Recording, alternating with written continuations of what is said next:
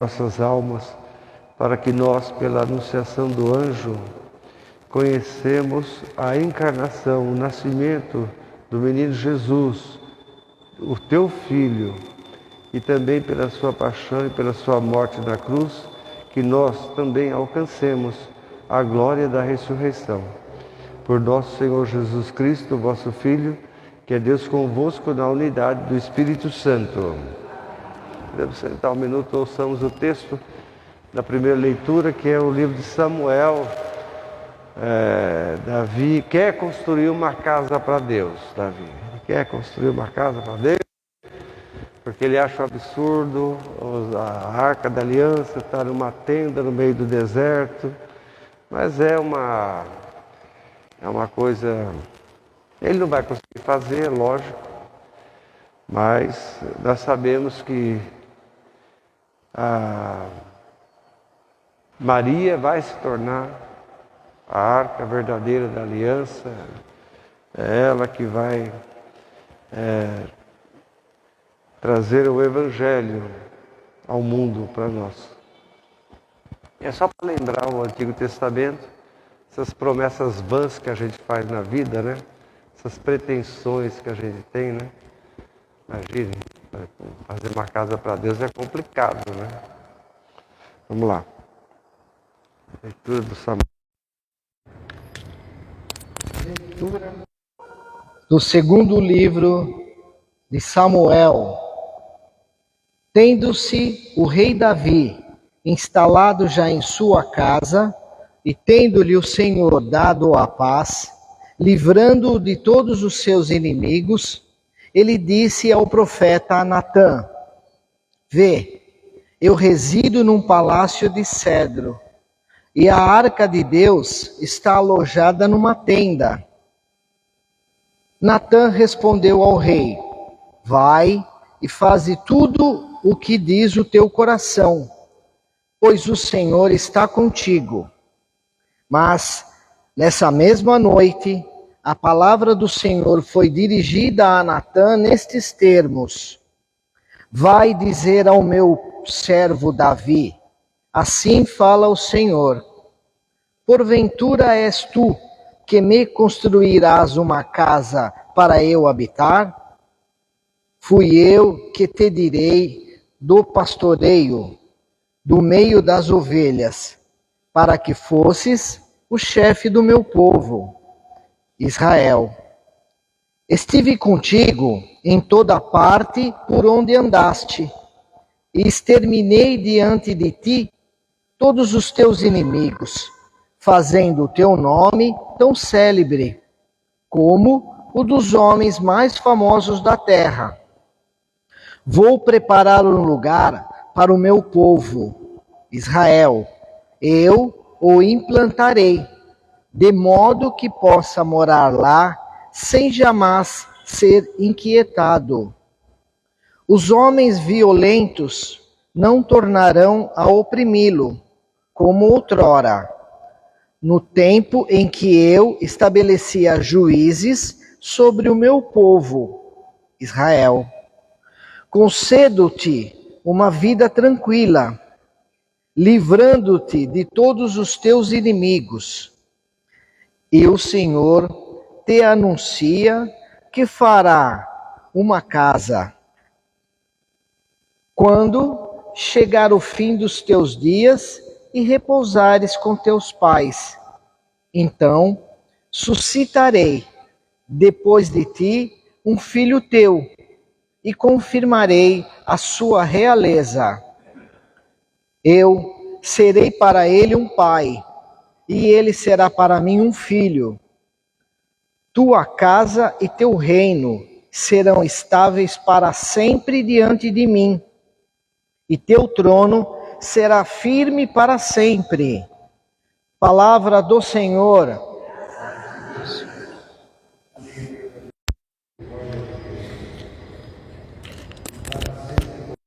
Para a sua fidelidade. O Senhor disse: a bondade está estabelecida para sempre. No céu permanece firme a fidelidade. Concluí uma aliança com o meu eleito. Fiz o juramento a Davi, o meu servo. Conservarei a tua descendência para sempre. E vou estabelecer o teu trono por todas as gerações. Ele me invocará. Vós sois o meu Pai, meu Deus, meu Salvador. Vou te assegurar para sempre o meu favor. A minha aliança com ele será irrevogável. Glória ao Pai, ao Filho e ao Espírito Santo.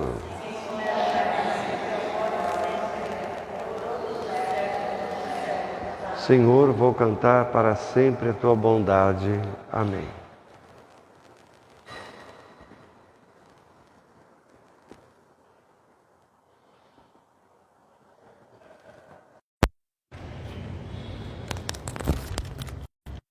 Leitura da carta de São Paulo aos Romanos.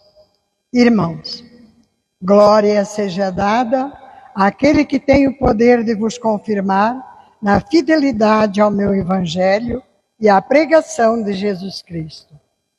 De acordo com a revelação do mistério mantido em sigilo desde sempre. Agora, este mistério foi manifestado e, mediante as escrituras proféticas, foi levado ao conhecimento de todas as nações para trazê-las à obediência da fé. A Ele, o único Deus, o sábio, por meio de Jesus Cristo, a glória pelos séculos dos séculos. Amém. Palavra do Senhor.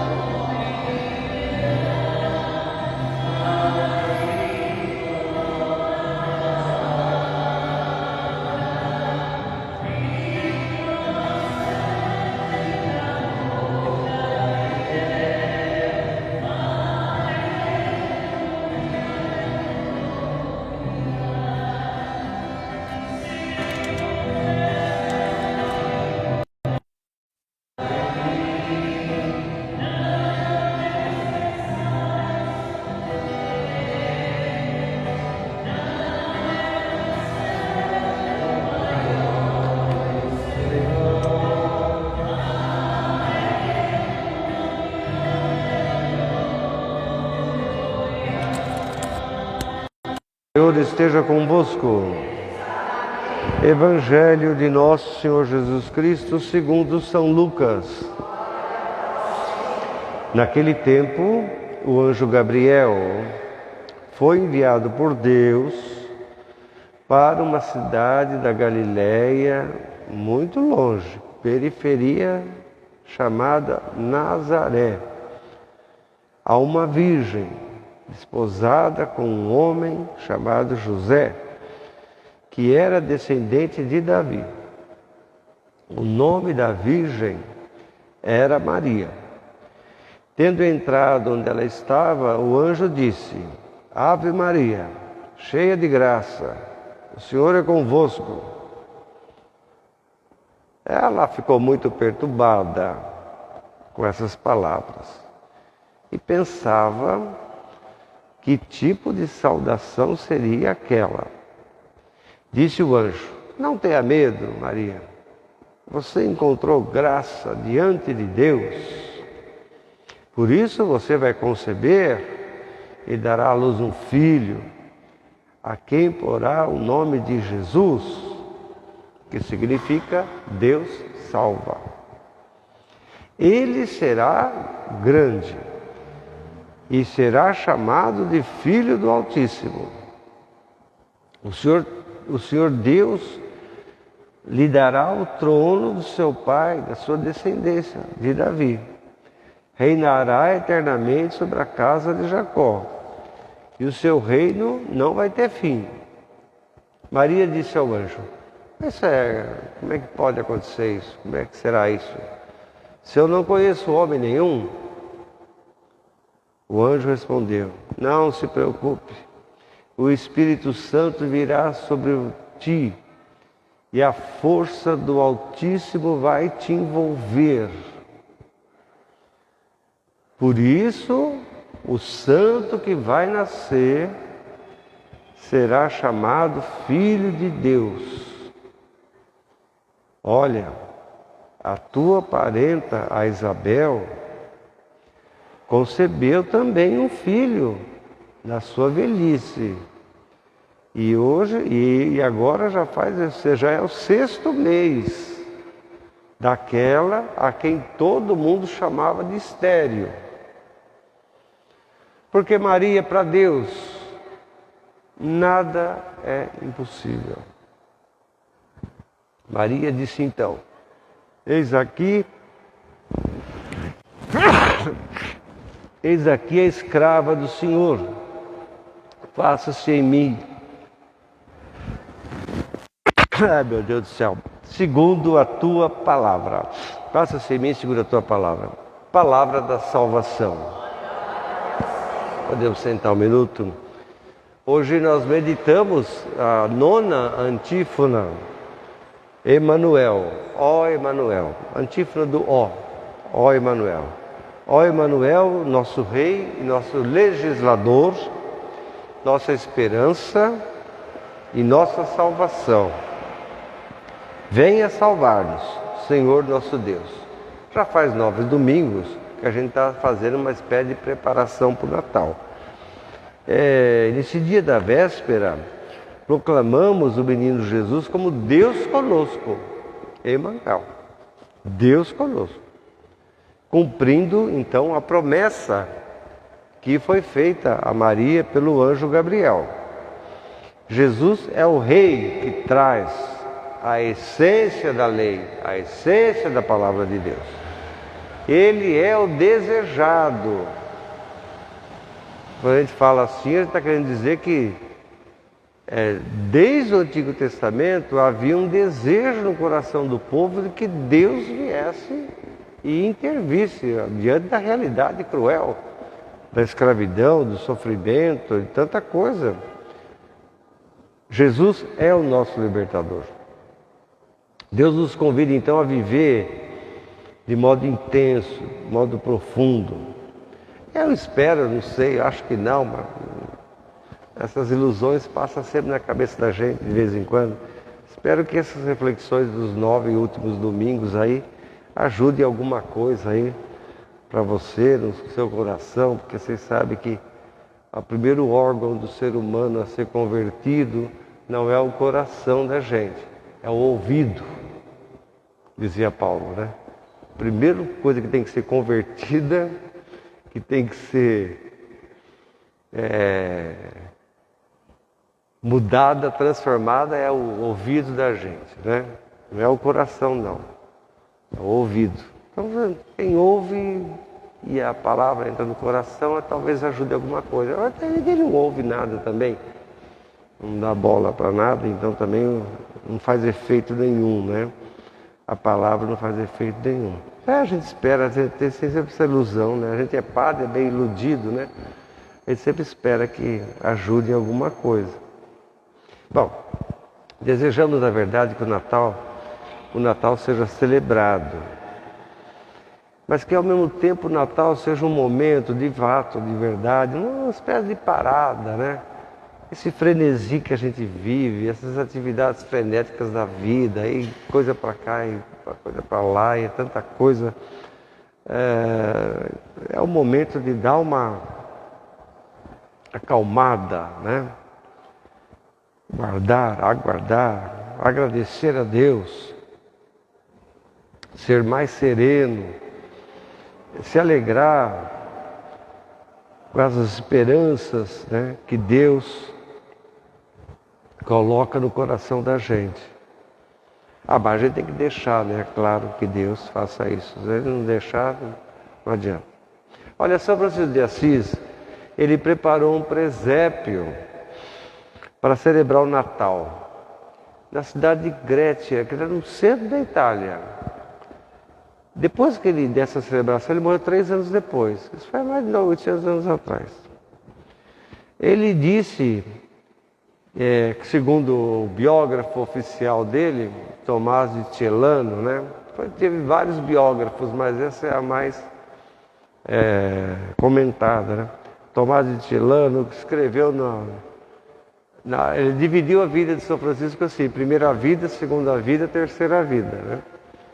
Ele comentou, ele escreveu dizendo assim, que São Francisco de Assis queria lembrar o menino que nasceu em Belém, os apertos, essa é a palavra que está lá na biografia, os apertos que o menino Jesus e a família dele passaram, como que ele foi parar num presépio, né?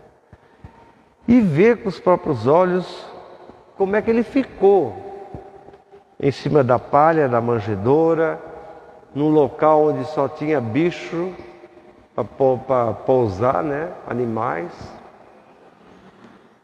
Ele queria entender como é que Deus veio ao mundo e vai parar num lugar tão assim, não tão nobre, né?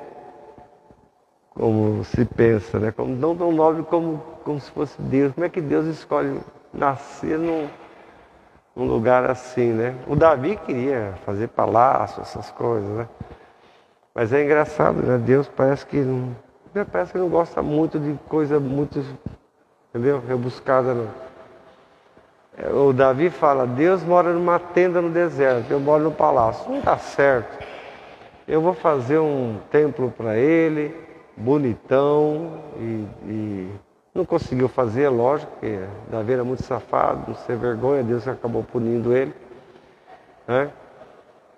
É engraçado, Deus parece que prefere morar em tenda e em presépio.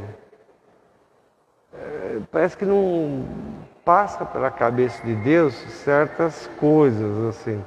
É lógico, nós como seres humanos, a gente quer o melhor para Deus, a gente quer fazer grandes coisas, quer dar uma visibilidade muito grande para Ele. Mas parece que ele concorda, mas depois ele vai dar um jeitinho e é isso. Esse pensamento de São Francisco é muito interessante e que a gente tem que parar para pensar como é que Deus, Criador, Todo-Poderoso, foi parar numa manjedoura, Dona Alda. Como é que um homem, aquele que traz a vida ao mundo, aquele que criou o mundo, aquele que fez tudo, vai parar numa manjedoura? Esse que São Francisco de Assis queria relembrar isso. E talvez aí ele querendo relembrar também essa atitude de Deus, né? Talvez questionando um pouco essa mania que a gente tem de grandeza, de prosperidade, essa mania que a gente tem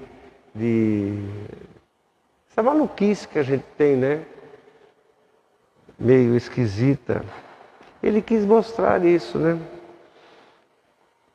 Todo mundo foi chamado, vocês sabem, é só ler a biografia de São Francisco oficial. Todo mundo foi chamado lá para ver, né? O presépio e tudo.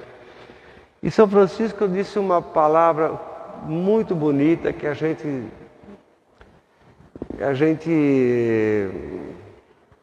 acaba deixando de lado, não para pensar, né? Ele disse assim, essa cidade hoje de Grécio, no centro da Itália lá, essa cidade hoje tornou-se Belém. Belém é aqui hoje. Olha que bonito. Belém é aqui.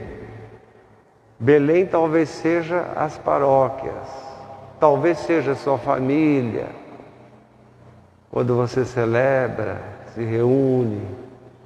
Essa palavra, essa concepção, né? Você não precisa ir na cidade física de Belém para constatar. É uma espiritualidade muito avançada, né? Que São Francisco de Assis quis. O padre, ele chamou um padre lá para rezar a missa, uma missa com as pessoas, com o povo que estava lá. E o padre disse, no final, falou, nossa, eu rezo missa sempre, né? Mas, para mim, ele nunca senti algo tão especial na vida, na Eucaristia, algo que faz tanto sentido como hoje. Você veja que coisa interessante. Talvez o padre, coitado, ele tenha rezado a missa, como a maioria faz, às vezes, rezado a missa assim por... vai lá, aquelas coisas. E não tenha dado sentido, percebeu o sentido profundo, né? Do presépio, da Eucaristia, na vida. Foi São Francisco que leu o Evangelho, ele cantou o Evangelho, né? O Evangelho de hoje aqui, da Anunciação. Ele cantou o Evangelho, como diz o texto, Tomás de Celano fala que ele cantou com voz forte, doce, sonora. E o Tomás de Celano diz que quando ele começou a cantar lá o Evangelho, esse Evangelho aqui de Lucas, diz que a bicharada toda começou a fazer barulho, cada um no seu som, né? Sei lá uma barulheira de boi, bicho, de pássaro, não sei de quê, né? Começou a emitir esses sons, né? Quem sabe são mistérios, né? Talvez celebrando, né, o nascimento de Jesus também. São Francisco diz para o povo, eu quero que vocês olhem bem, aquele Cristo da cruz que a gente ama, aquele Cristo da cruz é esse menino que está aqui, é esse menino que está na manjedoura.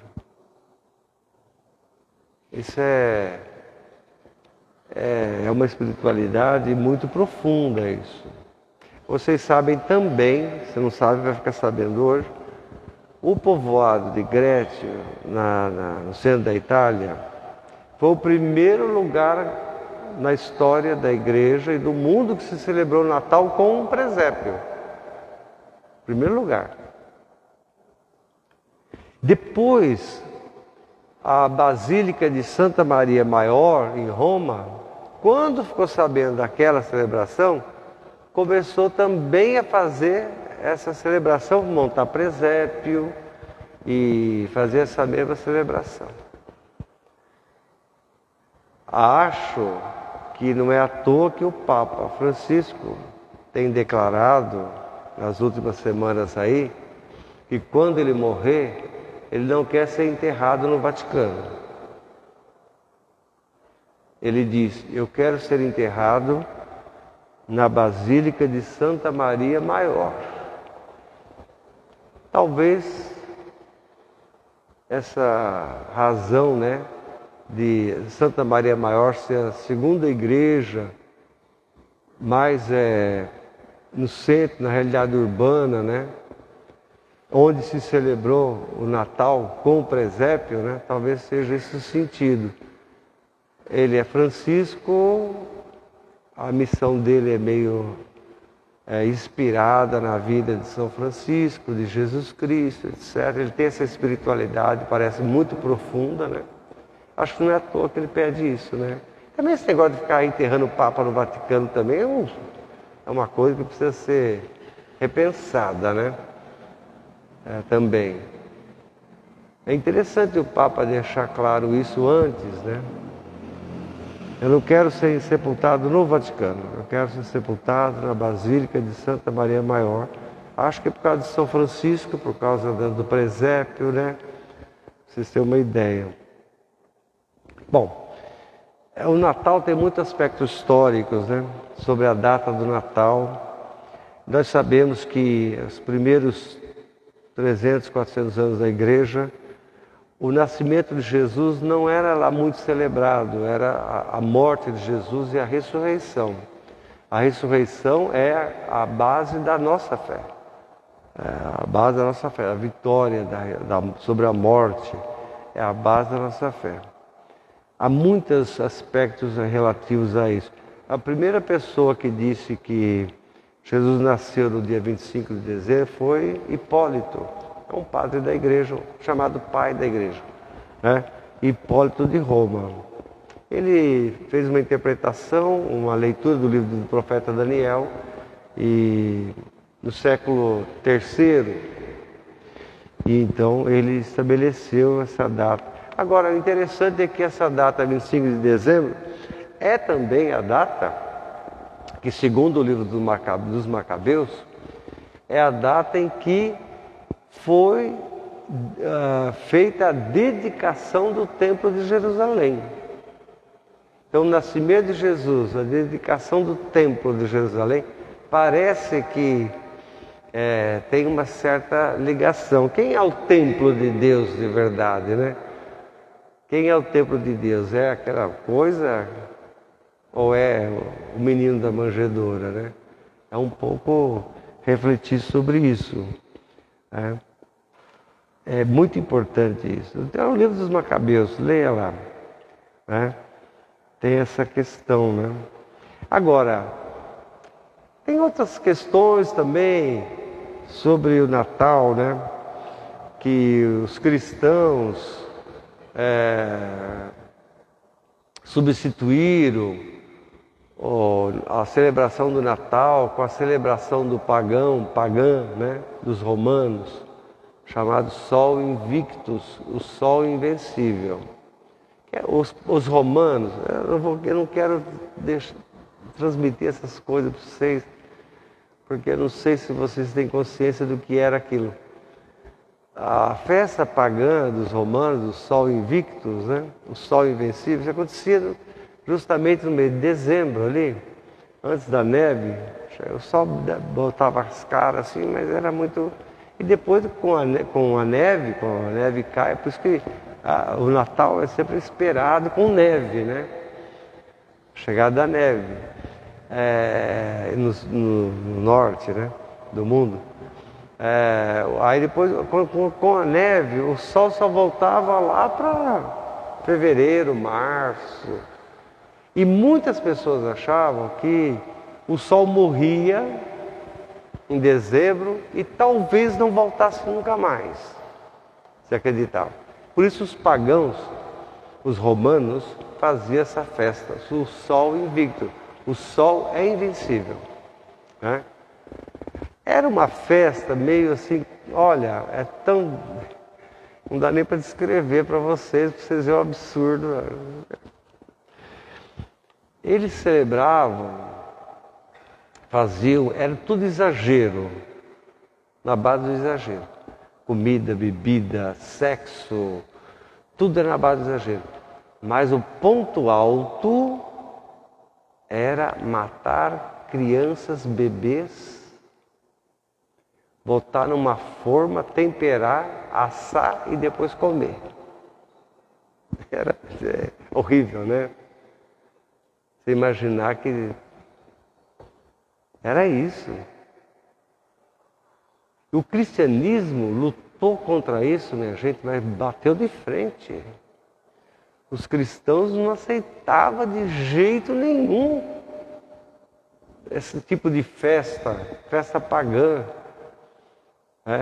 E se você parar para pensar mesmo, esses resquícios do paganismo permanecem nos dias de hoje. Tem gente que o Natal é o exagero, né? É o exagero da comida, é o exagero da bebida, é o exagero do sexo, é o exagero do presente, é o exagero de tudo. Tudo é um exagero.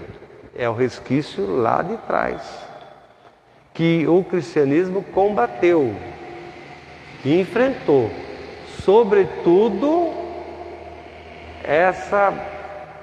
esse assassinato, né? Porque na verdade é assassinato. A gente se pegar uma criança recém-nascida matar a criança, temperar e colocar num forno, e depois as pessoas comer. Eles acreditavam, os pagãos, que isso era uma espécie de oferta para o sol, né? Que se fizesse isso, o sol depois voltaria. Que eles achavam que o sol não tinha nada a ver com Deus. Que o sol era uma coisa, um astro próprio, né? E que isso era uma maneira. É um absurdo. Os cristãos então falaram, não. Não. A vida é que tem que ser celebrada. O amor é que tem que ser celebrado. O exagero não conduz ao amor. Os cristãos falavam essas coisas. Criança é para ser celebrada. A vida da criança não é a morte. É horrível. Então eu fico assim, quando eu observo de vez em quando, assim, algumas atitudes, né, mesmo de católicos, né, e cristãos, você vê aquela mentalidade que está lá atrás, né? Essa coisa do exagero, né? Comer até vomitar, beber até passar mal, ser internado, tudo é o gasto, o exagero, os presentes, aquela coisa, tudo. Não é assim. Os cristãos falam, é por isso que o Natal, a celebração do Natal acabou substituindo essa festa, né? Chamada Sol Invicto, e que por acaso o Hipólito de Roma já tinha falado que era ali perto da dedicação do templo de Jerusalém. Então ficou, né, perfeito o Natal. O Natal se impôs. Eu acho que qualquer pessoa normal, né, com juízo, não vai aceitar fazer um absurdo daquilo, né? E entender o Natal como se fosse aquilo, o negócio, não é Natal. Enfim, são conversas, né? E muitos acusam até a igreja, né? Os agnósticos, as pessoas que não praticam a fé, as pessoas que são turistas, que não frequentam a igreja, criticam a igreja. Falar a igreja não podia destruir, acabar com aquela festa pagã. Como é possível uma coisa dessa? Eu não acredito que tem gente que defenda aquele tipo de coisa, né? É incrível. Mas por isso que não vale a pena ficar discutindo muito esse negócio de nasceu dia 23, 24, 25, isso é tudo bobagem, né? O fato é esse, né? O Natal é a vitória da vida, é a vitória da luz verdadeira, a luz de Deus que tem que brilhar sobre as trevas da nossa cabeça, da nossa mente, sobre o pecado. Em Jesus não está o Deus do ódio, mas o Deus do amor. Deus vem ao mundo totalmente fragilizado, completamente. Ele não vem com arma, não vem com guerra, não vem com força. Ele não quer conquistar nada, não quer conquistar nada. Ele vem para ser acolhido por nós. Só isso. Deus vem para ser acolhido por nós. E acho que essa é um pouco a intenção de São Francisco, né, também. Olha, Deus é tão grande, Deus é tão poderoso, tudo isso a gente concorda. Mas como Deus foi parar numa manjedoura? Que sinal Ele está dando para a gente? O que Ele quer dizer? Agindo assim, enfrentou, né, a família, o José e a Maria, foram para Belém por causa da política, né? Porque o Herodes estabeleceu um recenseamento, né? E todo mundo tinha que fazer o censo, né, na sua cidade. Então o José é obrigado a ir para Belém.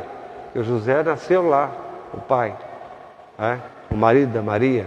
Ele é obrigado a ir lá por causa da política. Veja que coisa só. Por causa da política, ele vai para Belém, é onde Jesus nasce. E nasce naquele aperto. Como era o recenseamento, não tem lugar para ninguém, não tem hospedaria, não tem nada, ninguém aceita receber o casal, né? Ninguém aceita. E, no final das contas, na hora que chega o nascimento de Jesus, o José encontra o presépio, encontra a estrebaria, né? E é lá que Maria dá a luz. Mas a questão é como é que Deus foi parar no presépio? Como é que Deus foi parar numa manjedoura, né?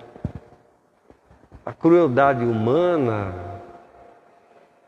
da política, a crueldade humana do coração das pessoas. Imagina uma pessoa que está passando por um apuro brabo e você fala, não, na minha casa, não quero saber. É uma coisa desumana, né? Essa desumanidade. Então, que nesse Natal nós possamos compreender não só o sentido, mas que a gente possa celebrar o Natal de maneira cristã. Simplicidade, sem exageros, amar com amor, valorizar sua família, seus filhos, a sua vida que começou ou está terminando, sei lá eu. Valorizar a vida. O Natal é a celebração da vida. O Natal é a celebração do amor pleno de Deus. Celebrar o Natal é ter confiança em Deus. Reforçar a confiança absoluta e inabalável no amor de Deus. Então rezemos ao Pai que nos conceda no nosso coração a simplicidade que reconhece no menino Jesus o Senhor, como fez São Francisco, né? Pela primeira vez, em Crétio, na Itália. Então, poderia também acontecer também a nós, quanto Tomás de Celano, quando se referiu à experiência dos pastores, né? Na Noite Santa, narra esse propósito. Ele falou assim, depois daquela celebração, a primeira, né, com o presépio, o povo voltou para casa assim, realmente com uma visão de fé totalmente nova, diferente. A minha casa é o presépio, a minha família, o José e a Maria estão na minha família, o menino Jesus está na minha família. A cidade de Grécio se tornou Belém, como disse São Francisco. Por favor, que a nossa paróquia seja Belém no Natal, que a sua casa seja Belém no Natal. Não fique viajando, delirando. Seja a cidade que acolhe Jesus e que demonstra todo o amor a Ele. Ele merece. Ele merece. Creio em Deus Pai Todo-Poderoso, Criador do céu e da terra. Não vai ter.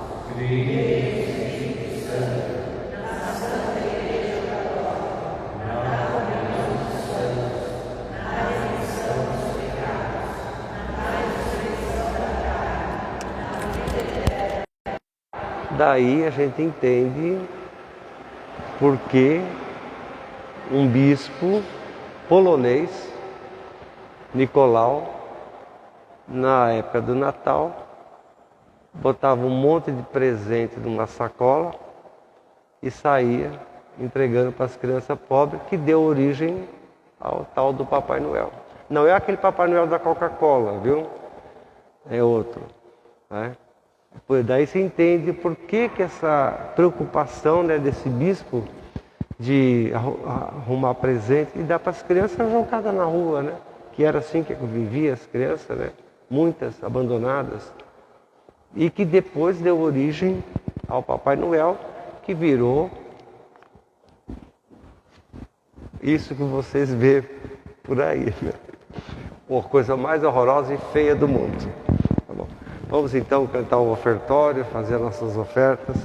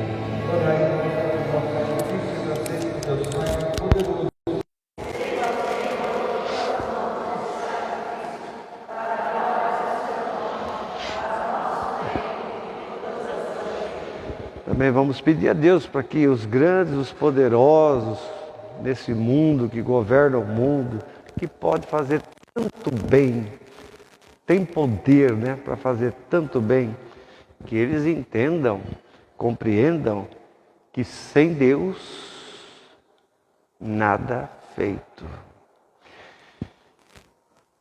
Aceite, Senhor, os dons que trazemos ao Teu altar e santificai-os com o mesmo Espírito Santo, que pelo poder da Sua graça fecundou o seio da Virgem Maria. Por nosso Senhor Jesus Cristo, vosso Filho, que é Deus convosco, na unidade do Espírito Santo. Senhor esteja convosco.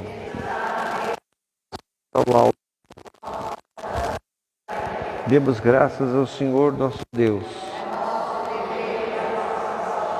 Senhor Pai Santo, Deus eterno e onipotente, é verdadeiramente o nosso dever, é a nossa salvação, dar-vos graças sempre em toda parte. Pelo mistério do Verbo encarnado, uma nova luz da Tua glória brilhou sobre nós, para que, contemplando a Deus visível aos nossos olhos, aprendamos a amar aquilo que é invisível. Por isso, com os anjos e os santos, proclamamos a Tua glória, dizendo a uma só voz.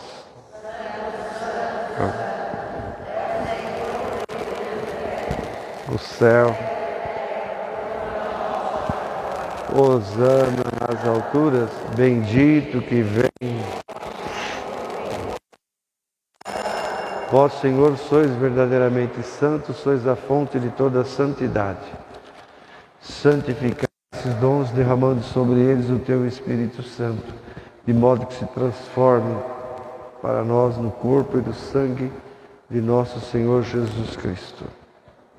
Na hora em que Ele se entregava para voluntariamente sofrer a morte na cruz para a nossa salvação, Ele tomou o pão, deu graças, o partiu e deu a seus discípulos, dizendo: tomai todos e comei, isto é meu corpo, que será entregue por vós.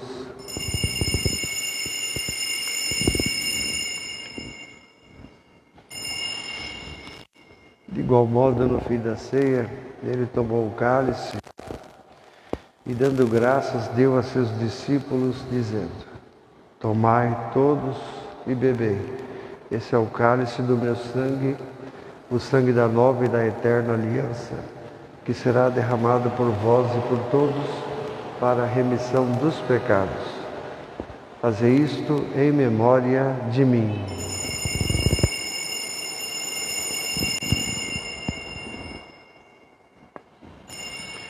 Mistério da fé.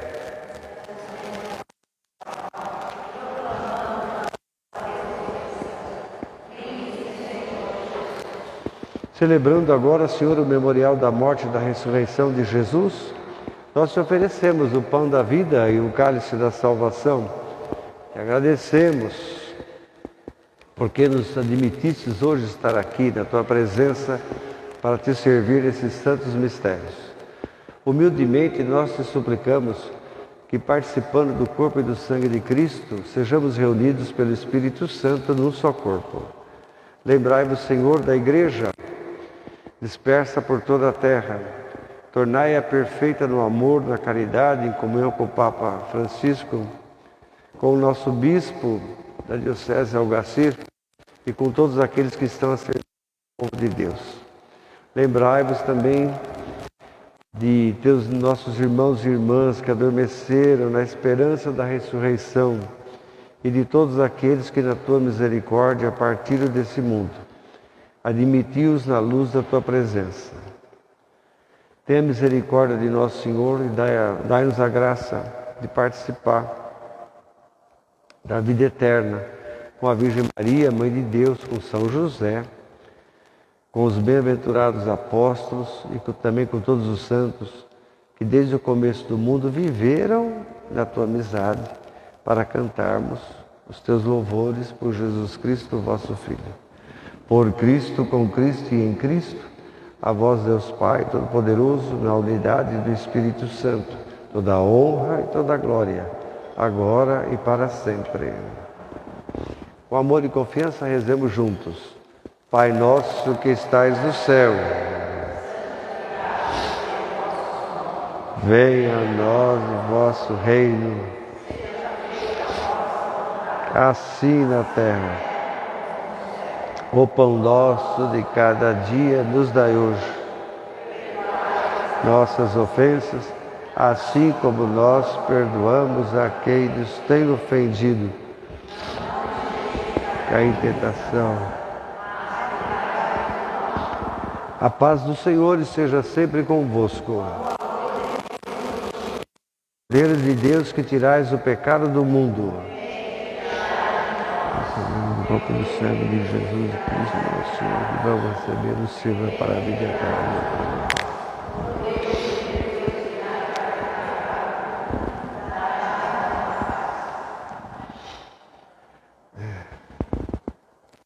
Felizes os convidados para a ceia do Senhor. Eis o Cordeiro de Deus que tira o pecado do mundo.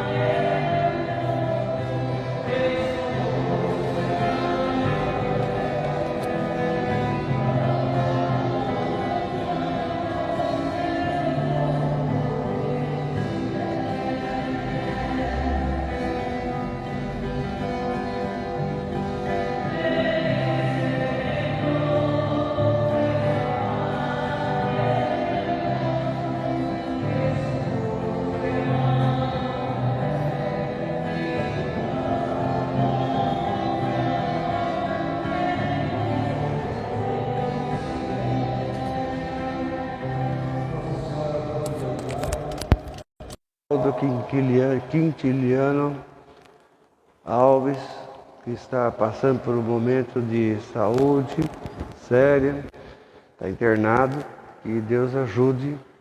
Nossa Senhora também, a mãe do Filho de Deus, ampare, socorra e auxilie e fortaleça a família dele.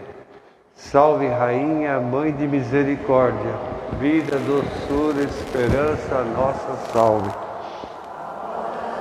Degredados, filhos de Eva, expirando, gemendo e chorando nesse vale de lágrimas. Eia, pois, advogada nossa, misericordiosa, nós ouvei, e depois desse desterro, mostrai-nos Jesus, do vosso ventre. Ó clemente, sempre Virgem Maria, rogai por nós, Santa Mãe de Deus, para que sejamos as promessas de Cristo. Amém. Natal Santo a todos. Seja um Natal celebrado com sentido. Sem sentido não tem lógica, né?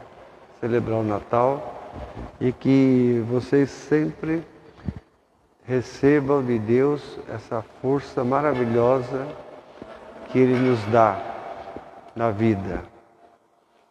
E que o Natal, que termina lá em janeiro, né, no dia da Epifania, lá no dia de Reis, o Natal termina no dia de Reis, que seja esse tempo, então, sempre reflitam bem sobre a grandeza de Deus na manjedoura, a grandeza de Deus dentro de uma tenda no deserto, como era no Antigo Testamento.